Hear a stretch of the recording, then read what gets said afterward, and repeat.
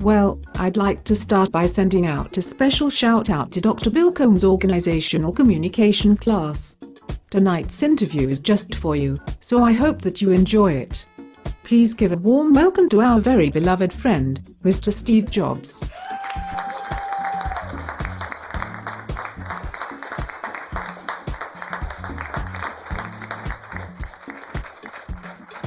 Hello, Steve. Hello, Whoopi. Thank you very much for inviting me to be on your show. Well, Steve, thank you for taking the time to be here with us. Now let's get down to the nitty-gritty right away. We've got some future CEOs watching this interview, and they are all dying to know, how did you become such a great business communicator for Apple? Whoopi, I don't believe that everyone would agree that I am a very good communicator. Steve, there is no denying that when you speak, people listen. That is very powerful. Well, oftentimes, I was a pretty lousy internal communicator. I yelled and screamed, and I have even belittled my fellow co-workers. And I don't think that is very effective communication. However, I believe that what I do get right is that I always express passion very openly. Everything that I do, I am passionate about. And I think that enthusiasm is very contagious. Yes, it's true. I'm even getting infected with your passion as you speak right now.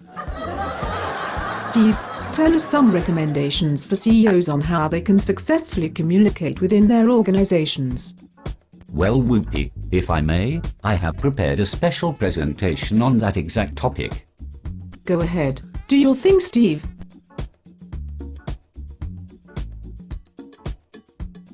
Inspire your employees to do great things by defining a clear vision and goals, which are challenging yet attainable, and promote your vision and goals frequently throughout the company.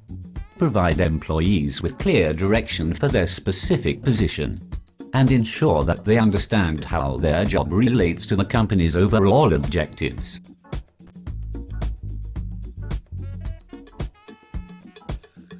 Ensure that employees are well informed about management's intended plans for the company by keeping them regularly updated as information becomes available.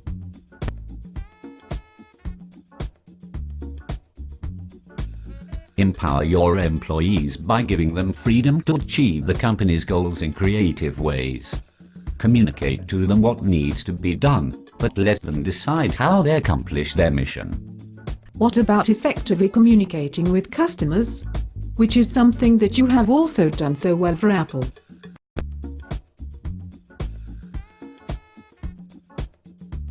Learn everything there is to know about your customers using questionnaires, surveys, focus groups, and interviews. Research of customer demographics will reveal age, income, education, and geographical information, while psychographical research will reveal information about customers' behaviors and motivations for making purchases.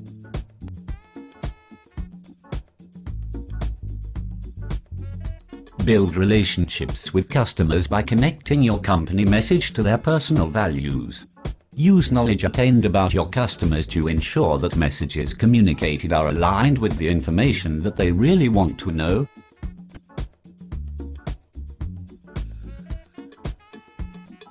Create a strategic communications plan that acts as a guide for achieving the organization's intended communication goals. Identify possible limitations and constraints, and prepare a planned response to use in case things do not go as planned.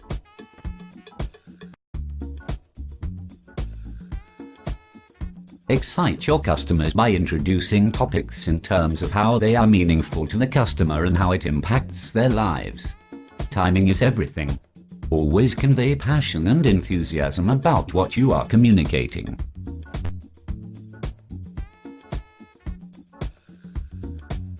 Listening is critical for effectively communicating with customers. A failure to listen is a failure to communicate. Avoid making any assumptions about what the customer wants or thinks. I would even recommend involving customer representatives to advocate for your customers during boardroom meetings. Well, that was great. Thank you so much, Steve, for sharing your tips for effective CEO communication with us. Hopefully our future CEOs who are watching will put your advice to good use. Well, I wish them all of the best. Thanks again, Whoopi. Thank you. Enjoy the rest of your evening.